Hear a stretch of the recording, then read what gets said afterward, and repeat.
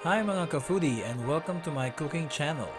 Today I'm going to cook a simple recipe called Sautéed Mung Bean Sprouts or Ginisang Toge.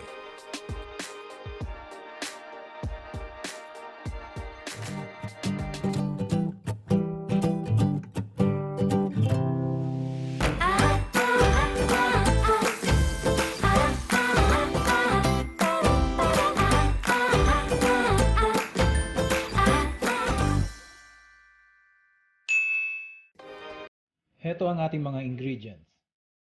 Olive oil, shrimps, shredded cabbage, carrots, diced garlic, sliced white onion, zucchini, snow peas, bean sprouts, oyster sauce, ground black pepper, and salt.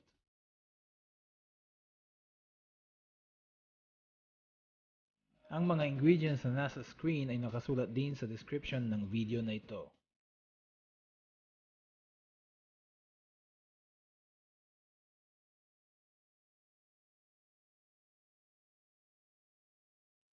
Una, hugasan ang bean sprouts ng maligamgam na tubig.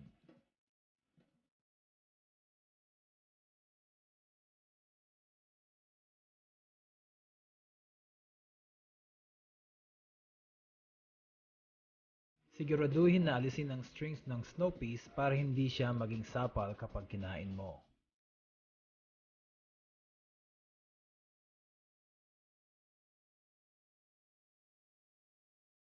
Hiwain ang zucchini sa gitna ng pahaba at saka slice ng pa-slide or depende sa gusto nyong laki.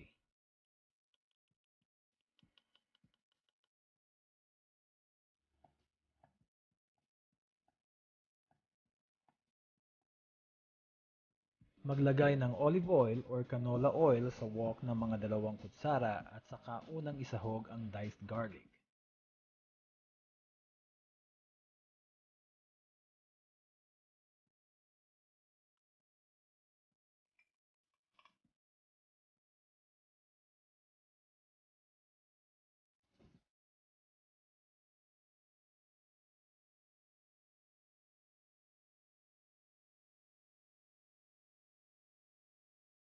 Lutuin na mga 30 seconds at pwede nang isahog ang hiniwang white onion.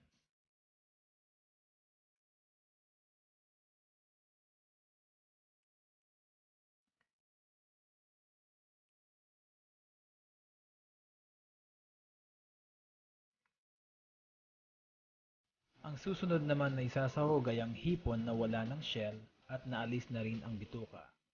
Lutuin lang ito ng 30 to 45 seconds o hanggang ito ay mamula-mula.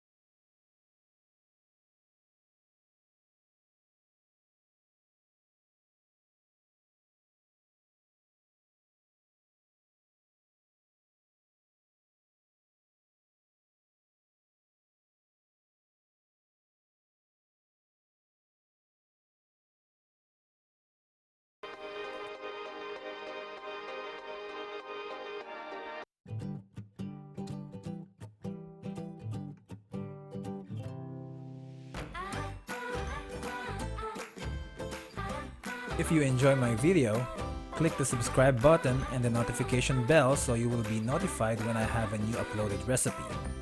Thank you, Ka Foodie!